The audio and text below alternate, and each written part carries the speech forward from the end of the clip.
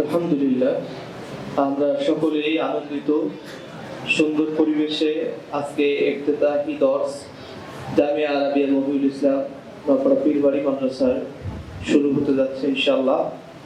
এই পর্যায়ে আমাদের মাদ্রাসার স্বনামধন্য শিক্ষক হযরতুল আল্লাহ ফজিলতুল শাইখ মাহমুদুল হাসান দারাত বারাকাতুহু আলোচনা রাখছেন। আমি হযরতকে তার মূল্যবান নসিহা পেশ করার জন্য স্বাগত। نحمده ونصلي على رسوله الكريم أما بعد فأعوذ بالله من الشيطان الرجيم بسم الله الرحمن الرحيم الرحمن علم القرآن خلق الإنسان علمه البيان صدق الله العظيم 1445 হিজরি সন 2024 ইংরেজি খ্রিস্টাব্দ 1431 বাংলা। 3টে বছর আমাদের মোটামুটি বাংলা, ইংরেজি এবং আরবি আমাদের সবসময় খেয়াল রাখতে হয়, এই 3টে সনকে সামনে রাখতে হয়। তো আলহামদুলিল্লাহ, ঐতিহ্যবাহী নওপাড়া পীরবাড়ি মাদ্রাসা আমরা জানি 116 বছর যার রানিং বয়স চলতেছে বর্তমানে। আমার আজিজ তলাবারা, আমাদের মধ্যমণি অত্র জামিয়া প্রায় 50 বছরের ইহতিমামের দায়িত্ব দাদা হযরতের ইন্তেকালের পরে, দাদা হযরত 79 বছরে ইন্তেকাল করেছিলেন আলহাজ হযরত মাওলানা খাজা আব্দুল মজিদ শাহ রহমতুল্লাহ আলাইহি, এবং ইরানি হযরত 80 বছর বয়সে উনি ইন্তেকাল করেছিলেন। বাংলার জমিনে 30 বছর আমাদের সামনে আসছে, কিন্তু 30 থেকেও বেশি ওনার এই পদচর্মা এই বাংলার জমিনে চলেছিল ইরানি হযরতের। দাদা হযরতের জীবদ্দশায় আমাদের এখন মাথার মুকুট জনাব আলহাজ হযরত মাওলানা খাজা রফিকুজ্জামান শাহ দামাত বারাকাতুহুল আলিয়া প্রায় অর্ধ শত বছর, 50 বছর এই মাদ্রাসা শুধু একটা নয়, বাংলার আনাচে কানাচে প্রায় 40টি মাদ্রাসার দেখাশোনা করতেছেন। সবচেয়ে বৃহৎ মাদ্রাসা নওপাড়া ঐতিহ্যবাহী পীরবাড়ি মাদ্রাসা, যা প্রতিষ্ঠিত হয়েছিল 1909 সালে। সেই অবধি এই পর্যন্ত আলহামদুলিল্লাহ সুন্দর সুচারুভাবে নিপুণভাবে পরিচালিত হচ্ছে। বর্তমান পেশাগতির হাতে যে আপনারা দেখতেছেন, আমি যখন আসছি তখন তো খুবই সংক্ষিপ্ত আকার পরিসরে ছিল প্রতিষ্ঠান। শুধুমাত্র এই বাম সাইডে দপ্তর, এই সাইডে একতলা ছিল, বাকি সব টিনের ঘর। আর পিছনে যেটা এখন 5 তলা 6 তলা ভবন হলো, এইটা ছিল আপনার খুবই জীর্ণ শীর্ণ বলা যায়, একতলা বিল্ডিং ছিল। এখানে বড় বড় আল্লাহর ওলিরাও থাকতেন, গোলাম নজরুল রহমতুল্লাহ আলাইহির মতন মানুষ 9 নম্বর রুমে উনি থাকতেন। আমরাও হুজুরের কাছে পড়েছি। তো আলহামদুলিল্লাহ, নবীন সালের ছেলেরা যারা এই বছর আমাদের এখানে আসছে, প্রায় 1000-এর মতন ছেলে ভর্তি হয়ে গেছে আলহামদুলিল্লাহ। আমি সর্বপ্রথম এই কথাটাই বলতে চাই, নবীন এবং পুরাতন উভয়টা মিলেই কিন্তু বছর শুরু হয়। তো নবীনরা শেখে পুরাতনদের কাছ থেকে আদর্শ, এটাই কিন্তু বাস্তব। যারা সংসারে পুরাতন বউ থাকে, যারা নতুন আসে, এরা কিন্তু সবসময়ের জন্য ফলো করে নতুন বউদের পদাচরণাকে, চলাফেরাকে, ওঠানোটাকে, তারা কিভাবে সংসার পরিচালনা করে। কিন্তু আমার আজিজ তলাবারা, সর্বোচ্চ বিদ্যাপীঠ বলা যায় কওমি আঙ্গিনাকে। বাংলাদেশে 52,000-এর মতন এই কওমি মাদ্রাসা আছে, ছোট বড় দিয়ে। আমরা জানি অনেকগুলো বোর্ড আছে বাংলাদেশ, সবচেয়ে বৃহত্তর বোর্ড বিভাগুল মাদারিসিল আরাবিয়া বাংলাদেশ, তার অধীনে আমরা আলহামদুলিল্লাহ আছি। 1987 সাল থেকে নিয়ে অবধি, অর্থাৎ এই 2024 সাল পর্যন্ত আমরা বোর্ডভুক্ত। মাঝে 2-4 বছর একটু আমাদের গ্যাপ ছিল, চলে আসতে। আমি এই কথা বলতে চাই যে আমাদের আদর্শ কিন্তু সর্বোচ্চ আদর্শ। আমাদের আদর্শ সারা পৃথিবীর মধ্যে 200 কোটি মুসলমানের মধ্যে, আমি অনেক সময় এই কথাটা বলি যে হিসাব করতে গেলে 600 কোটি ইহুদি নাসারা এই মুহূর্তে যদি দুনিয়া ধ্বংস হয়ে যায়, তা আল্লাহর কুরআন অনুযায়ী ইহুদি নাসারা মুশরিকরা ফিনারি জাহান্নাম খালিদিনা ফিহা আবাদা, এরা জাহান্নামী। এটা কোনো আল্লাহই ফয়সালা দিয়েছে। আর 200 কোটি মুসলমান আমরা এখন রানিং অবস্থায় আছি। তার 80 কোটির মতন আমাদের শিশু বাচ্চা আছে, যাদের পরে শরীয়তের হুকুম এখনো বর্তায়। এখনো শরীয়তের হুকুম তাদের উপর আসি নাই। এই মুহূর্তে মারা গেলে তারা বিনা হিসেবে জান্নাত পেয়ে যাবে, সুবহানাল্লাহ। কিন্তু আরো 120 কোটিতে মুসলমান আমরা বড় আছি, যাদের পরে শরিয়াত হইতে মুকাল্লাফ সারা বলা হয় যাবে। এদের মধ্যে 4 শ্রেণী। এক শ্রেণীর শরিয়াতকে, ইসলামকে ঠিক মতন পালন করার চেষ্টা করে। দেখেন, আমি শুরুতে একটা কথা বলি। মোহাম্মদ আলী কেলের কথা আপনারা জানেন, সবচেয়ে বক্সার ছিল আমেরিকা, সবচেয়ে বড় বক্সার পৃথিবী। 61টা বক্সিংয়ে তিনি অংশগ্রহণ করেছিলেন, 57টা বক্সিংয়ে তিনি জিতেছিলেন, 57টা পদক প্রাপ্ত। মোহাম্মদ আলী কেলের সম্পত্তি কিন্তু বাংলাদেশে আছে।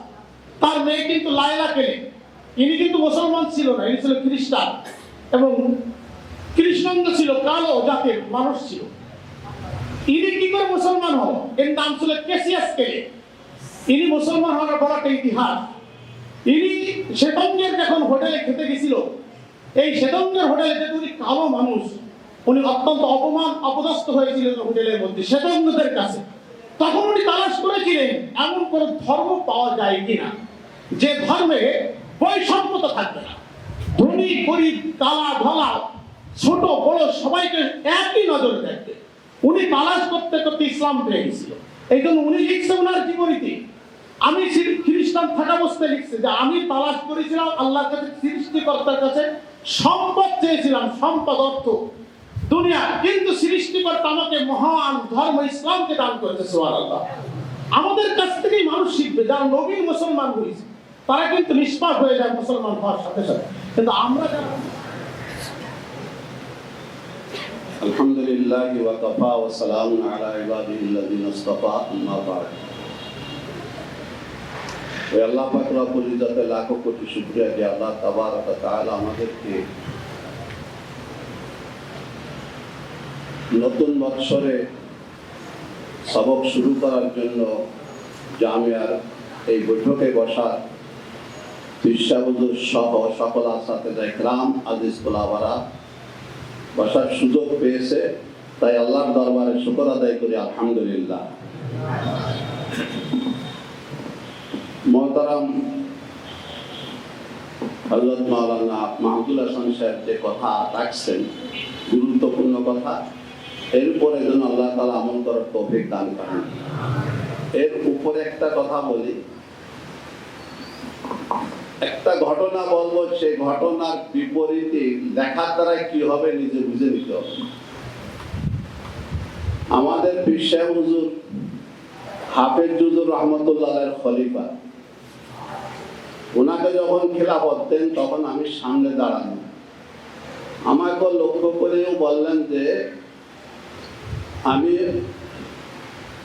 মোহতাম সাহেব অর্থাৎ হাজা রফিকুজ্জামানকে খেলাফতি দিলাম। ওই রুমে থেকে নেমে 7 নম্বর রুমে থেকে নেমে ওইখানে গাড়ি ছিল তার আগে, আমি এটা সাক্ষী। সেই হাফেজ হুজুর রহমতুল্লাহ যখন এই অঞ্চলে আসতেন, নপড়া মাদ্রাসায় বসে থেকে শুয়ে খানা বিনা খেয়ে এখান থেকে যেতেন। তার কারণও ছিল, হাফেজ হুজুর রহমতুল্লাহ আলাইহি একদিন বাথরুমে গেছেন, লম্বা ঘটনা, তিনি নিজে বলেছেন। বাথরুমে যায় দেখা আল্লাহর নাম লেখা, সেখানে কাগজ দিয়ে কে যেন কুলুপ করেছে। ওইটা তিনি উঠাই আইনে পরিষ্কার করে ধুইয়ে সুন্দর করে আতর লাগাইয়ে বাক্সের ভিতরে ইবাদত করেছে। তখন থেকে মনের ভিতরে একটা জাগরণ উঠেছে যে আমি হেফজ করব। বাংলাদেশে হেফজ করার সে রকমের সুযোগ সুবিধা ছিল না। তখন তিনি যাইবেন পানিপথ, যাওয়ার পথে কুকুরে কামড় দিছিল। তখন যে কোনো কায়দায় হোক, এখানে ইরানি শাহ সাহেব রহমতুল্লাহ আলাই, মোহাম্মদ আলী শাহ রহমতুল্লাহ আলাই হুজুরের দাদা, ওনারা এখানে আসলেন। আসার পরে 1 সপ্তাহ নিজের কাছে রেখে তিনি আবার এখান থেকে পাঠাই দিলেন সে পানিপথ। এর আরো অনেক কথা আছে। শুধু বিসমিল্লাহর হেফাজত কোথা থেকে করছিলেন বলেন? সকলে বলতে হবে কোথা থেকে। তাই যদি হয় এর বিপরীত আমি যদি বাথরুমে যাই অন্য কাজ করি তাহলে কি হবে? এলম হবে? কখনো হবে না। এই জন্য শায়েরে বলেন যে কয়টা জিনিস যদি তুমি মেনে চলতে পারো তাহলে এলেম অর্জন করতে পারবে, না হলে পারবে না। এলমেরা হারগিজ নায়াবি তানাদারি শখসাল হিরসে কো তাফামে কামিল জমে খাতির কুল্লু হাল খিদমতে উস্তাদ বায়াত হাম সব খানি মদাম লফজরা তাহকিকে খানি লফজরা তাহকিকে তুনি তাশবি মর্দে কামাল। কয় প্রকার বলেছি বলতে পারবেন? 6টা। যতক্ষণ পর্যন্ত 6টা বিষয় তোমার ভিতর আনতে না পারবে তালেব ইলম, ততক্ষণ পর্যন্ত ইলম পাবে না। ইলমে কোরআন, এখানে ইলমের অর্থ আছে ইলমে কোরআন আর হাদিস। হর কে খানা গায়রে ইগরদাদ খবিস। ইলমে তাফসীর ও ফিকহ, ইলম ও হাদিস, হর কে খানা গায়রে ইগরদাদ খবিস। এই হচ্ছে ইলমে কোরআন, ইলমে তাফসীর, ইলমে ফিকহ, হাদিস। এটা হচ্ছে আসল ইলম। এর সারা যা পড়ে তার দ্বারা ভালো কোনো আদর্শ হয় না, হবাসত হয়। যার কারণে দুর্নীতি বলেন, সুদ, ঘুষ ইত্যাদি যা কিছু সমাজে ওই হচ্ছে, তাই শিক্ষা দেয়। তো সুদ, পয়সা, অঙ্ক শিখায়, তা সে সুদ নিবে না, তার কি করবে? আর দেখেন ও লাইন অন্য রকমের। যাই হোক, 1 নম্বর হেরসে কথা, লোভ করা যাবে না। তালেব ইলম কখনো লোভ করবে না। আল্লাহর তরফ থেকে যেরকম মঞ্জুরি হয় সে তার উপরে তার কানাআত করতে হবে। বান্দা নামার ভিতরে একটা বাবও আছে, কারিমার ভিতরেও আছে অল্প তুষ্ট থাকা। আমাদের ভিতরে অল্প তুষ্টি আনতে হবে। অল্প তুষ্টি না হলে আমার আব্বা আম্মা কষ্ট পাবে, মাদ্রাসার কর্তৃপক্ষ কষ্ট পাবে। সংক্ষেপে বললাম, অন্য সময় ব্যাখ্যা দেবো ইনশাআল্লাহ, যদি আল্লাহ তাআলা তৌফিক দান করেন। এরসে কথা ফামে কামে ভালোভাবে বুঝতে হবে, পড়তে গেলে বোঝা লাগবে, বিনা বোঝায় হবে না। জমে খাতের কুল্লু হাল, পড়তে অবস্থায় নিজে একেবারে দৃঢ়তার সাথে বৈশে থেকে জমে থেকে পড়তে হবে। ওই বসলাম, এখন আবার উঠে চলে গেলাম, জায়গা গরম হলো না, তার আগে উঠে যাচ্ছে, তাতে লেখাপড়া হয় না। খুব সবল করে ধৈর্য ধরে সেখানে বসে পড়তে হবে। আর শুধু মাদ্রাসা পাল্টালে হবে না। এখান থেকে দৌড়, ওখান থেকে দৌড়, এরকমের সাম্বা খায়ের বলা হয়, ওই জায়গা ভালো। ছাগল সকালবেলা গৃহস্থ যখন নিয়ে যায় মাঠে, ছাগল এক জায়গায় মুখ দিয়ে রাখে, তাকায় যে ওইখানে তো ভালো লম্বা ঘাস দেখা যাচ্ছে। আসলে সেখানে কোনো লম্বা ঘাস না, সে দৌড়ে যায় সেখানে, আর ওই একই অবস্থা। আসলের দিকে বিকেল বেলা তাড়াতাড়ি খায়, খেতে খেতে খেতে তাই পেটও ভরে না ভালো করে। তাহলে হেরসে কথা ফামে কামেল জমে খাতের কুল্লু হাল খেদমতে উস্তাদ বায়া, উস্তাদের খেদমত করতে হবে। বলা হচ্ছে না শারীরিক খেদমত করতে, তা বলা নাই। এখানে খেদমত কি 1 নম্বর হচ্ছে উস্তাদের যে সবক দেবে সেই সবক ঠিক মতো আদায় করা। উস্তাদের যেভাবে চলতে বলবে সেভাবে চলা। কারণ কওমি মাদ্রাসার উস্তাদরা এমন নয় যে তারা নাজায়েজ হারাম কাজের দিকে তারা বলবে নাকি? কখনো বলবে না। সুতরাং খেদমতে উস্তাদ হাম সবক খানি মুদাম, সবক রীতিমতো দৈনিক প্রত্যেকটা ঘন্টা পড়তে হবে। লফজরা তাহকিকে খানি, কেউ বলে কুনি খানি, দুইয়ের অর্থ এক। শব্দগুলো যাচাই বাছাই করে সুন্দর করে তাহকিক করে পড়তে হবে। তার সবই মারদে কামাল, তখন তুমি পূর্ণ একজন আলেম হতে পারবা।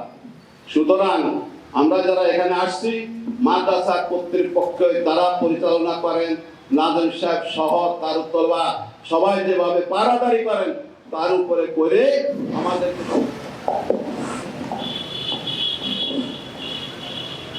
أعوذ بالله من الشيطان الرجيم. بسم الله الرحمن الرحيم. الحمد لله رب العالمين الرحمن الرحيم مالك يوم الدين إياك نعبد وإياك نستعين اهدنا الصراط المستقيم صراط الذين أنعمت عليهم غير المغضوب عليهم ولا الضالين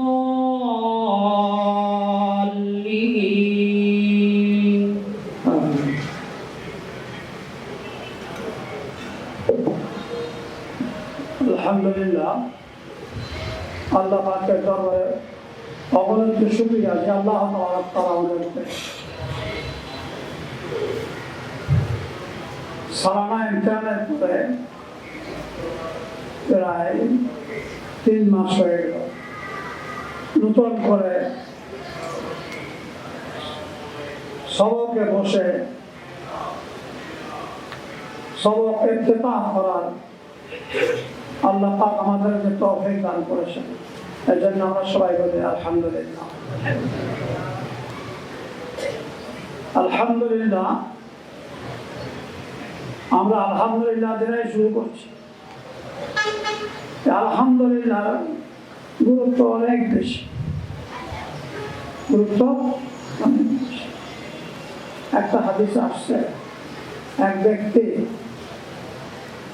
এইভাবে হামদ বয়ান করছে আল্লাহুম্মা রাব্বানা লাকাল হামদ কামা ইয়ানবাগি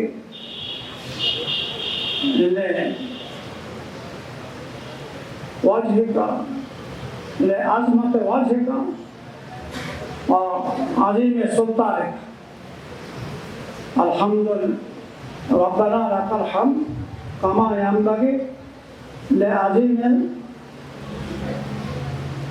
ওয়াজহিকা ওয়া আযীমি সুলতানিক ফেরেশতারা বলতেছেন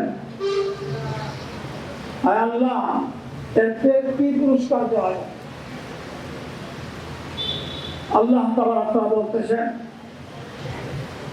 এর পুরস্কার তোমাদের দিতে হবে না আমার সাথে যখন সাক্ষাৎ হবে আমি তার নিজের পুরস্কার হামদের যে গুরুত্ব আলহামদুলিল্লাহ বলার যে গুরুত্ব এটা বলে শেষ করা হয় আল্লাহ তাআলা নিজের কেতাবকেও আলহামদুলিল্লাহ শুরু করেছে এই জন্য কেউ বলছেন যে এই সূরার নাম যে সূরা ফাতিহা বলা হয়েছে তার বড় কারণ আল্লাহ তাআলা নিজের কেতাবকে সূরা ফাতিহা দিয়ে সূরা হামদে শুরু করেছেন যেহেতু ফাতিহা মানে শুরু করা এই জন্য এই সূরার নাম কি বলা হয়েছে সূরা ফাতিহা কেউ কেউ বলছে যে সমস্ত নামাজে প্রথমে সূরা ফাতিহা পড়া হয় এই হিসেবে এই সূরাকে সূরা ফাতিহা বলা হয় বিভিন্ন কথা রয়েছে তো সূরা ফাতিহা দিয়ে শুরু করা এটা আসলে যে হাদিসেও আসছে কুল্লু আমরিন জিবালিন লাম ইবদা বিসমিল্লাহ আলহামদুলিল্লাহ ওয়া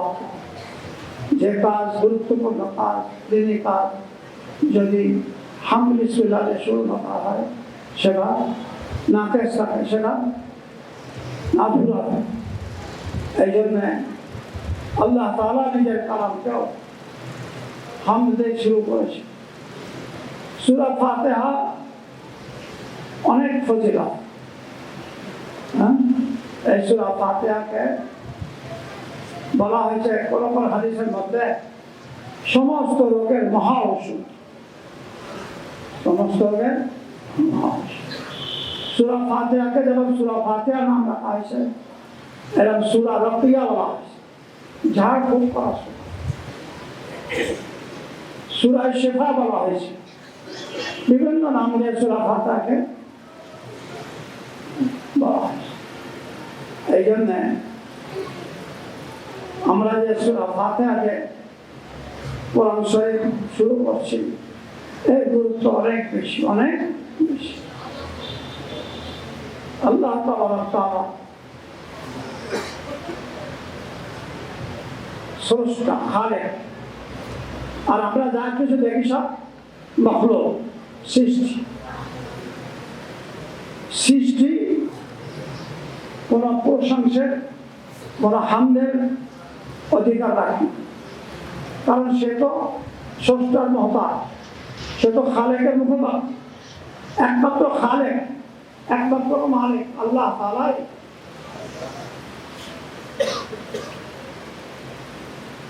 তাই হামদের উপযোগী, হামদের উপযুক্ত একমাত্র কে? আল্লাহ। আল্লাহ ছাড়া সব মখলুক, মখলুক কোনো হামদের মহতাজ নয়। সে তো অপরের মহতাজ, এই জন্য সে প্রশংসার উপযুক্ত। এই জন্য যার প্রশংসা করা হয়, যার প্রশংসা করা হয়, তার সৌন্দর্যের জন্য হোক, যে কোনো কারণে হোক, যেহেতু সে খালেকের মহতাজ, সৃষ্টির মহতাজ, স্রষ্টার মহতাজ, সেই প্রশংসা তার হলো না, তার হলো তাকে যে সৃষ্টি করছে তার। এই জন্য বলা হয়েছে আলহামদুলিল্লাহ, সমস্ত প্রশংসা তার।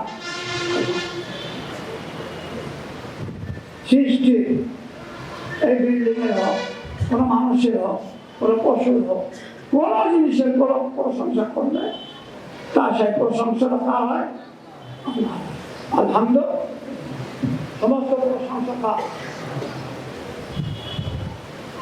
এই জন্য আমরা এটা বুঝি যে প্রতিটা কাজে যখনই আমাদের সংশোধন কোনো কাজ পরিপূর্ণ হয়, আমরা আলহামদুলিল্লাহ, আলহামদুলিল্লাহ, আল্লাহ শুকর আদায় করুন। অন্য কিতাবে দেখছিলাম ইমাম আজম, ইমাম আবু হানিফা রাহমাতুল্লাহ কেউ জিজ্ঞাসা করতেছে, আপনি এত বড় ইমাম কি করে হলেন? ইমাম আজম নাম কি করে? বলে একটা আয়াতে করা ভাব করেছি, লাইন শাকারতুম লাযিদান্নাকুম, শুকর করো, আলহামদুলিল্লাহ, আমি তোমার এলেমকে বাড়াই। এই যে এলেমকে বাড়াই দেবো আল্লাহ ওয়াদা করছে, আল্লাহ ওয়াদা সত্য না। এই জন্য আমাদের যখনই কোনো এলেম আসে, এলেম হাসিল হয়, সবক মুখস্থ হলো, সবক পড়লাম, সবক বুঝলাম, কি বলবো? আলহামদুলিল্লাহ। আল্লাহ তাআলা অবশ্যই কি বলেন? আমার এলেমকে সব অবস্থায় আলহামদুলিল্লাহ, আলহামদুলিল্লাহ, সমস্ত প্রশংসা তার। কেন? রব্বিল আলামিন, রব পালন করে আলামিন, তামাম জগৎ, তামাম জাহান, তামাম জাহানের যে পালন করতাম, তার জন্য সমস্ত প্রশংসা, আর তার জন্য প্রশংসা। আর রহমানির রহিম, অত্যন্ত দয়ালু, অত্যন্ত দয়ালু, অসীম রহমওয়ালা, কৃপা, মালিক ইয়াউমিদ্দিন, বিচার দিনের মালিক। যেদিন বিচার হবে, এই দিনটা একদিন, এই একদিন 50,000 বছরের সমান হবে।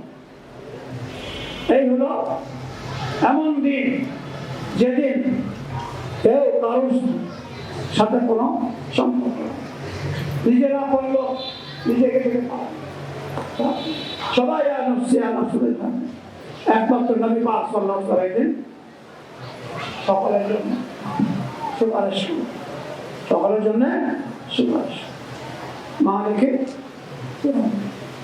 এই জন্য বিচার দিনের যিনি মালিক হবেন, তিনি একমাত্র ইবাদতের সেই হিসেবে এখানে বলছি, আপনাকে বন্দিকে, আপনারই বন্দিকে করি, আপনারই ইবাদত করি। এখানে একদিক থেকে সেরেক থেকে নফি করা আছে, কারোর ইবাদত না, একমাত্র আপনারই ইবাদত, কারোর কাছে সাহায্য না, একমাত্র আপনার কাছে সাহায্য। সাহায্য কিসে? ইহদিনাস সিরাতাল মুস্তাকিম, সরল সঠিক রাস্তায় আমাকে সরল সঠিক রাস্তা আমার দেখা। এখন এখানে তো অন্য কিছু ছিল না, কি ছিল? কেবলমাত্র নিজের হেদায়েত চাই, সঠিক রাস্তা আমি চলতে পারি, সেটাই আল্লাহর কাছে চাই। সঠিক রাস্তায় চললে আর কিছু লাগে? আর কিছু না। এমন একটা দোয়া আল্লাহ পাক এখানে শিখাই দিলেন বান্দার জন্য, তার জন্য আর কিছুই না। দুনিয়া আল্লাহ থেকে ওয়াদা করছে, অমামিন দাপাতেন যাওয়া আল্লাহ ওয়াদা কোনো শর্ত লাগান নেই। কিন্তু আখিরাতের ব্যাপারে কি বলছে, ইন্নাল্লাযিনা আমানু ওয়া আমিলুস সালাত, ঈমান আমল সলাৎ শর্ত, তাছাড়া আখিরাত পাবেন না। দুনিয়ার জন্য শর্ত দেন। এই জন্যে আল্লাহ কাছে চাইতে হবে আখিরাত, দুনিয়া না। দুনিয়া আল্লাহ দেবেনি, যার যার তো নসিবে রাখছে। সেদিন হাদিসে দেখতেছিলাম, অত আম্মাদান হয়তো আশা রাজা আল্লাহ হুজুরের পাক সাহাবাকে বলতেছে, আমাকে ইসমে আজম শিখায় না। হুজুর গণিমা শিখায়, বলেন না শিখান না, তাকে নিজের মহব্বতের স্ত্রী হজরতে আয়সা রাজা আল্লাহ। একদিন আয়সা নিজে দোয়া করতেছে, দোয়ার মধ্যে যে শব্দগুলো ব্যবহার করেছেন সব ইসমে আজমের, সব ইসমে আজম। যখন নামাজ থেকে দোয়াতে ভালো হয়েছে, আল্লাহ নবী বলতেছে, ও আয়সা তুমি তো ইসমে আজম দিয়ে দোয়া করো। তাহলে হুজুর বলতেছেন, হয়তো আশা বলতে আপনি তো শিখালেন না। তাহলে আমি তোমাকে শেখাই এই জন্যে যে তুমি যদি ইসমে আজম করে দুনিয়া চাও, ইসমে আজম করে দুনিয়া চাও, দুনিয়া চাওয়ার জিনিস না। দুনিয়া তো আল্লাহ দেবেন, আল্লাহ কাছে কি চাইতে হবে?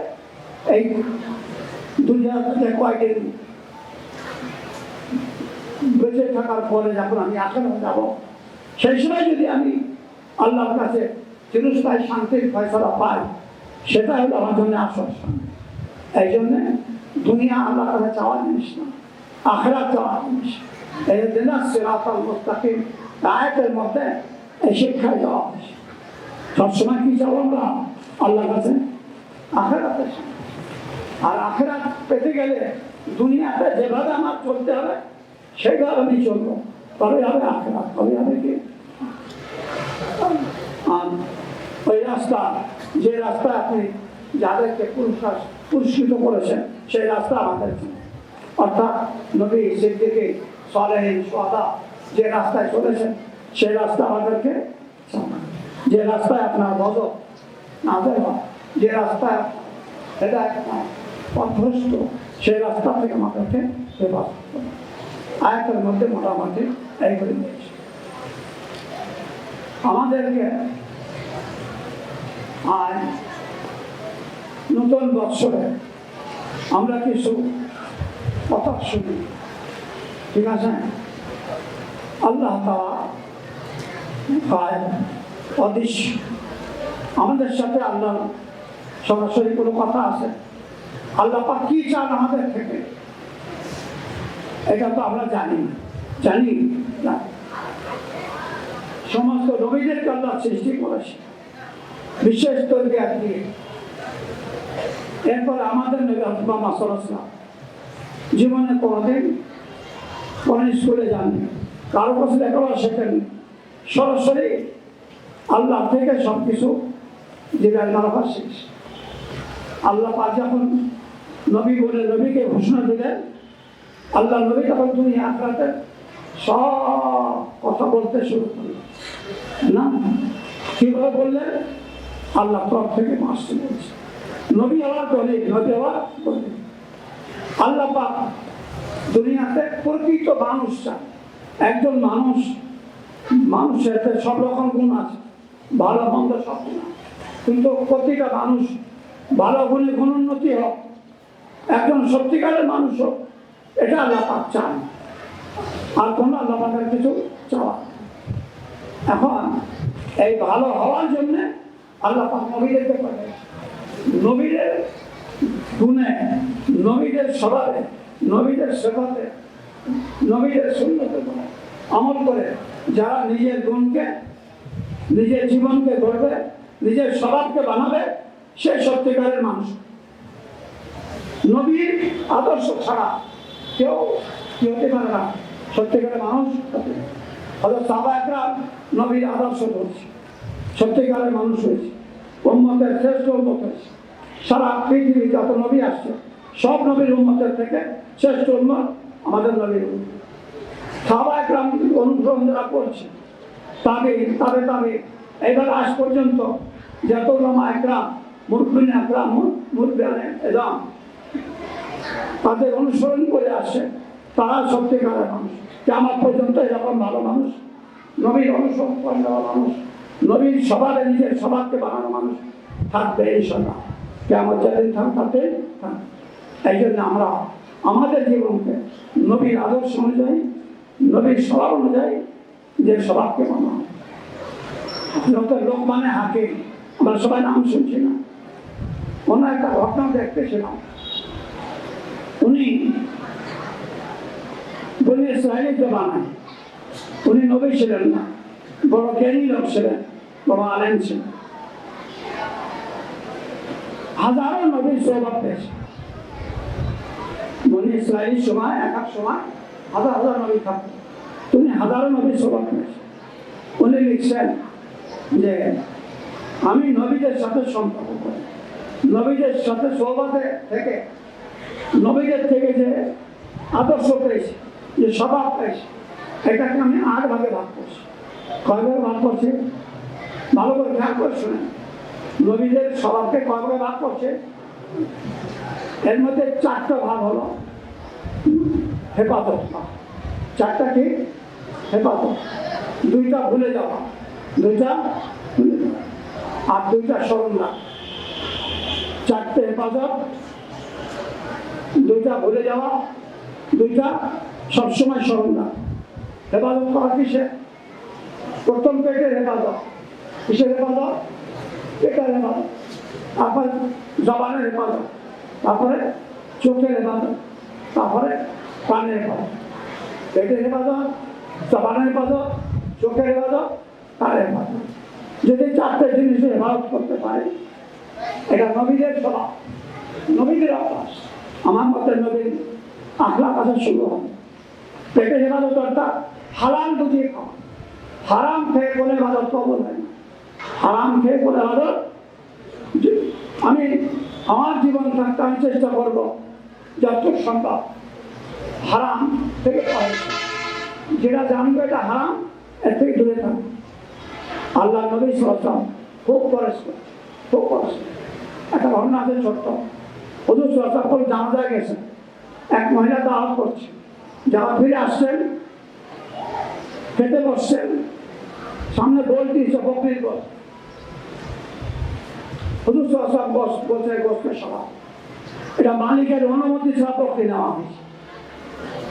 এরপরে মহিলার কাছে তাকিদ করা হলো। মহিলা বলল, বাজারে পাঠাচ্ছি, বকরি পাই নাই। আমার বাড়ির পাশের বাড়ির লোক বকরি কিনে আনছিল, আমি পাঠাচ্ছি যে বকরিটা দাও, আমি তার দাম শোধ করে দেব। ওই বকরির মালিক বাড়ি ছিল, স্ত্রী বাড়ি ছিল। স্ত্রী বলছে ঠিক আছে, আমি দিয়ে দিলাম। আমি বলবো স্ত্রী তো মালিক হয় না, মালিককে স্বামী। এখন স্ত্রী দিয়েছে, যেহেতু এটা মালিকের অনুমতি হয় নাই, হুজুর সাল্লাল্লাহু আলাইহি ওয়াসাল্লাম ওই গোশত খেলেন না, ওই গোশত কয়েদিদেরকে খাওয়াই দিতে বললেন। কি পরেশ করছেন চিন্তা করো। হ্যাঁ, এমন তো কিছু না, অনুমতি তো নেওয়া আছে, খালি মালিকের মেয়ে ছেলের জায়গায় পুরুষের জায়গায় মেয়ে ছেলে হবে না। এই আবার পরেশ করছেন নবী সাল্লাল্লাহু আলাইহি ওয়াসাল্লাম। হারাম জিনিসের কাছেও যা, কাছেও। তাহলে আমাদের কি অবস্থা হবে? এই জন্য পেটে যতটুকু পারি হেফাজত করবো, হারাম থেকে পরেশ করবো। হ্যাঁ, যে সন্দেহযুক্ত হয় সেটাও খাবো, হালাল রুজি খাবো। দ্বিতীয়, জবানের পায়, আমাদের জবান কন্ট্রোল নাই। লায়ানি অনার্থক কথা আমরা বলতেই থাকি। দুইজনে এক জায়গায় বসলে এ গল্প সে গল্প, প্রতিটা আমি যে কথা বলবো এই কথা দুনিয়া আখিরাতের কোনো উপকারে না হয়, এই কথাকে লায়ানি অনার্থক বলা। বোঝেননি? অনার্থক কথা ধরে বলে যে কথা বলবো এক দুনিয়ার উপকার আসতে হবে, নয়তো আখিরাতের উপকারে। দুনিয়ার উপকার না হয়, আখিরাতের উপকার না হয়, আমার কথা তো বললে হয়, এটাকে বলে লায়ানি অনার্থক কথা। এই অনার্থক কথা গুণা লেখা হবে, এর মধ্যে কোনো সন্দেহ নেই। এই জন্য আমার জবানকে অনার্থক কথা থেকে হেফাজত করবো, গালি গোলাপ থেকে হেফাজত করবো, মিথ্যা থেকে হেফাজত করবো, পদা খেলাবি থেকে হেফাজত করবো। হুজুরে পাক সাল্লাল্লাহু আলাইহি ওয়াসাল্লাম এত আদান পরিপূর্ণ করতেন যে কল্পনা করুন। নবুয়তের আগেও নবুয়তের পর এক হাদিস আসছে, নবুয়তের পূর্বে একজন হুজুরে পাক সাল্লাল্লাহু আলাইহি ওয়াসাল্লাম এই হুজুর সাল্লাল্লাহু আলাইহি ওয়াসাল্লাম ওই ব্যক্তির কাছে কিছু পাতেন, রাস্তায় দেখা হয়েছে। ওই ব্যক্তি বলছে যে আমার পাওনাটা দেওয়া হয়নি, আপনি এখানে দাঁড়ান, আমি বাড়ির থেকে দিয়ে আসছি। ওই ব্যক্তি বাড়ি গেছে, যে ভুলে গেছে। হুজুরের কাছে তো অর্ডার করছে, হুজুর ওইখানে দাঁড়াই আছে।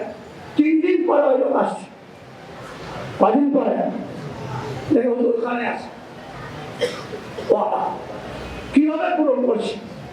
তখন নবী হননি, নবুয়তের পূর্বে ঘটনা দিতে আসছে যে 3 দিন পর্যন্ত কষ্ট করে দাঁড়ায় আছে, কিন্তু সেখানটা ওই ব্যক্তি এসে কষ্ট পাবে, অদা খেলাতে হবে। পারবো এবং আমরা এখন পারবো? অদা করেই যাই আর খেলাপ করেই যাই, এটা আমাদের অবশ্য অভ্যাস। অদা খেলাপ করবো না, অদা খেলাপ, হ্যাঁ, তখনকে এবাদত করবো। অদা খেলাপ থেকে, এরকম মিথ্যা থেকে, বিপদ থেকে, শিকায়ত থেকে, সব রকমের গুনার কথা থেকে জমা কি করবো? পেটের হেফাজত, চোখের হেফাজত। চোখের হেফাজত এটা খুব জরুরি জিনিস। আল্লাহ পাক পুরুষদের জন্য বলছে একদুন আসাদ, মহিলাদের জন্য বলছে একদুনটা আসাদ। মহিলারাও তারা নিজের দৃষ্টিকে নিজে করবে, পুরুষরাও তারা নিজের দৃষ্টিকে নিজে। তাহলে উভয়ের জন্য কি বলা হয়েছে? দৃষ্টিকে হেফাজতের কথা বলা। আজ আমাদের জবাব, আমাদের দৃষ্টি কি হেফাজত হয়? হ্যাঁ, দেখতে বলছে, হ্যাঁ, কত রকমের গুনাহ আজকাল যে সুযোগ হয়েছে।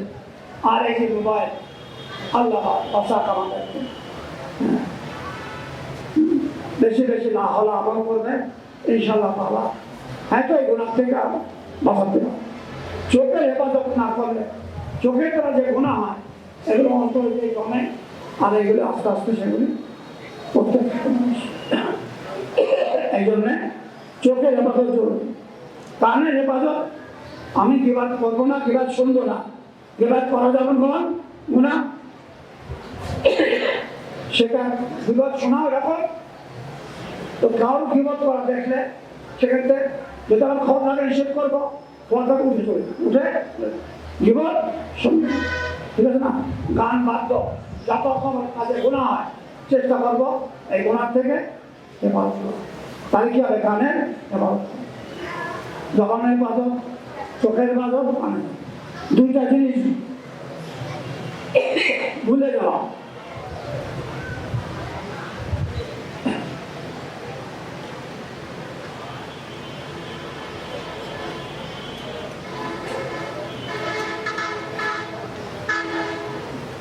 একটা হলো কারো উপকার করে ভুলে যাওয়া, নিজে কোনো নেকির কাজ করে ভুলে যাওয়া। বুঝলেন? আমি নামাজ পড়লাম, দান করলাম, সৎকার করলাম, যত রকমের দোয়া দরুদ করলাম নেকি কামাবার জন্য, এগুলো স্মরণ করতে থাকে, মনে করতে থাকে। অনেক সময় অহংকার আসবে, মনের মধ্যে আসবে, ও আমি তো খুব ভালো কাজ করি, এতে নেকি চলে যাবে, নাকি চলে যাবে। এই জন্য যত ভালো কাজ করা হয় ওইটা আল্লাহ রাস্তায়, আল্লাহকে খুশি করার জন্য ভুলে যাবে, মনে না মনে থাকবে। ভালো কাজ করে, নেকি কাজ করে ভুলে যাও। আর কেউ জুলুম করলে আমার পরে, এটা ভুলি। হ্যাঁ, সত্যিকার একটা আখলাক করা, ভালো স্বভাবওয়ালা মানুষ যখন হবে, যখন আমি মানুষের অন্যায়কে, মানুষের জুলুমকে ভুলতে পারবো, মাফ করতে পারবো। আল্লাহ নবী সমস্ত নবীদের কথা পড়ে থাকে। হ্যাঁ, আল্লাহ নবী একদিন যাচ্ছে, একজন লোক এখানে চাদর থাকে না, চাদর ধরে টাল দিয়েছে, তার গলায় দিয়ে পড়ছে, হুজুরের গলায় দাগ পড়ে গেছে। এরা বলছে আমাকে কিছু দেয়। হুজুর হাসি মুখে বলছে সাহাবাদেরকে দাও, একে কিছু দিয়ে চাচ্ছে। চা ধরারটা কি হলো? গলার কাপড় ধরে টেনে বুকের করে ফেলে যাচ্ছে, এত কষ্ট দিয়ে যাচ্ছে, তারপর হুজুর হাসতে পারে তা কিছু বললেন না, মাফ করে। হ্যাঁ, মক্কা বিজয়ের পরে যারা সারা জীবন কষ্ট দিয়েছিল ইসলামকে, মক্কা থেকে বিতাড়িত করছে, এরপরে মদিনায় যে আক্রমণ করছে, ইকরামা বিন আবু জাহল, সাফওয়ান বিন উমাইয়া মক্কা বিজয়ের জন্য তার মোকাবেলা করছে। হ্যাঁ, এরপরে যখন আল্লাহ নবী মাফ করতে শুরু করেছেন, ইকরামা আল্লাহ নবী মাফ করছেন, সাফওয়ান বিন উমাইয়াকে আল্লাহ নবী এত জুলুম করা সত্ত্বেও আল্লাহ নবী সকলকে সাধারণ ক্ষমা দিয়েছে। একটু বদলা কাউ থেকে বদলা নেন, কাউ থেকে এই জুলুম অন্যায় যে মানুষে করে, আমাকে কেউ কষ্ট দিল, আমি যদি তাকে মাফ করে দিই, আমি তাকে বদলা না নিই, একদিন দুদিন পরে আসে বন্ধু হয়ে যাবে, সাক্ষী থাকবে, শত্রু থাকবে।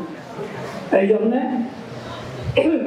নেকি করে ভুলে যাওয়া, আর কেউ অন্যায় করলে, জুলুম করলে, অত্যাচার করলে সেটা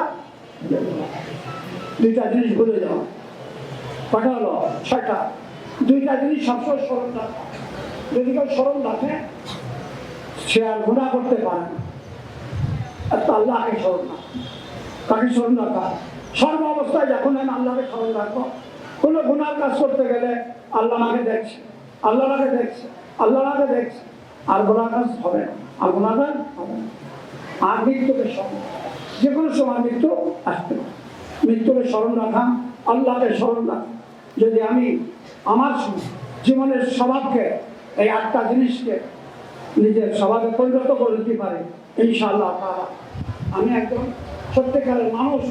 যে মানুষ আল্লাহ পছন্দ করেন, সেই মানুষের রূপে একজন পরিণত। আল্লাহ তাআলা আমাদেরকে আমল করার তৌফিক দান করেন। আর আমরা সবাই জানি সবক, পাবন্দি করা ইত্যাদি সব কথা ওনারা বলেছেন।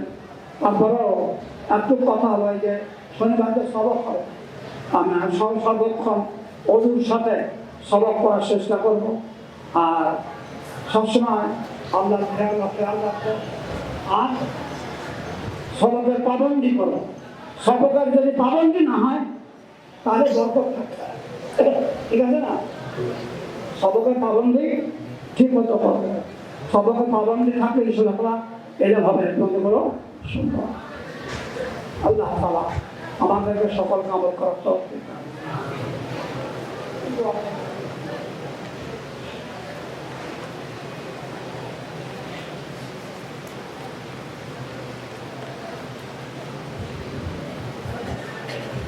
استغفار for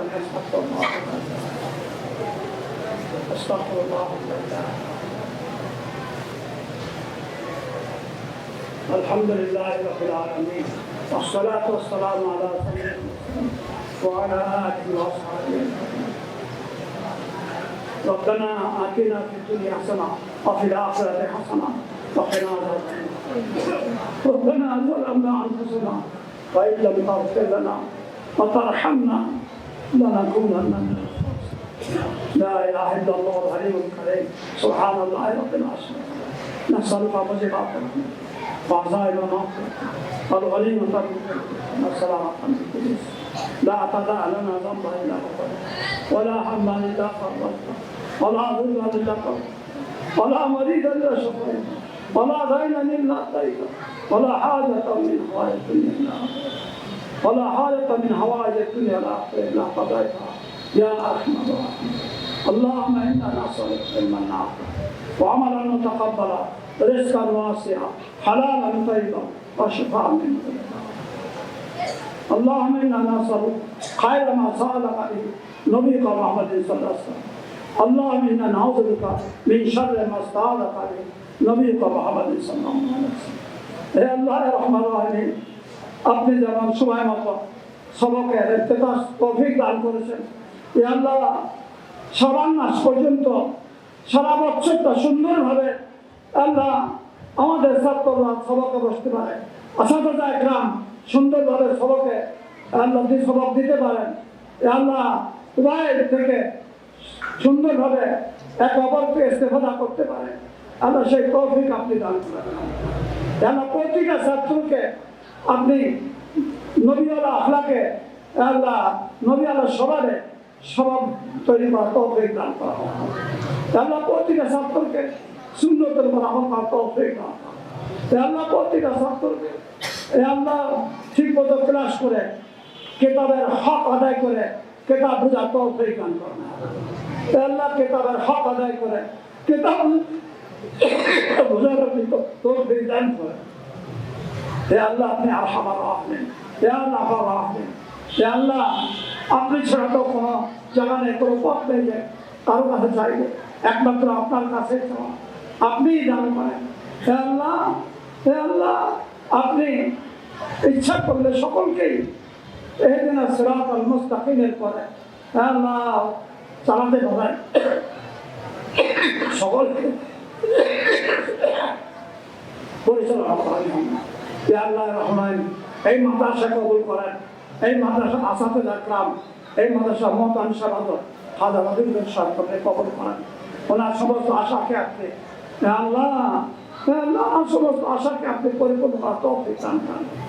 আল্লাহ আমাদের মাদ্রাসার বিল্ডিংয়ের কাজ যে বাকি আছে আল্লাহ বিল্ডিংয়ের কাজটা সুন্দরভাবে পরিপূর্ণ করার তৌফিক দান করেন। আল্লাহ মাদ্রাসার সমস্ত দুর্লভকে ছাত্রদের সমস্ত দুর্লভকে সুন্দরভাবে আপনি পূরণ করার তৌফিক দান করেন। আসাদুদের গ্রামের দুর্লভকে পূরণ করছি।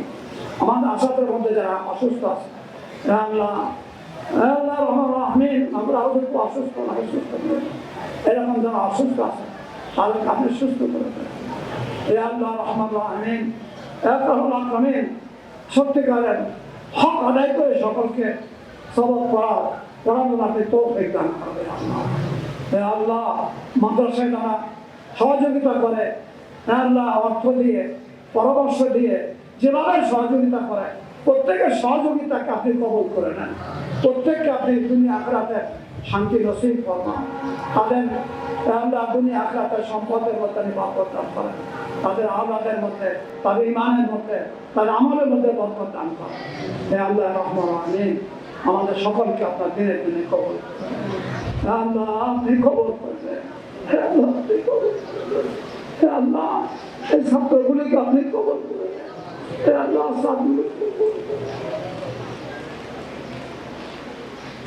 ربنا هب لنا من ازواجنا وذرياتنا ربنا تقبل منا انك انت السميع العليم وتب علينا انك انت التواب الرحيم وصلى الله تعالى على خير محمد وآله وصحبه الحمد لله رب العالمين.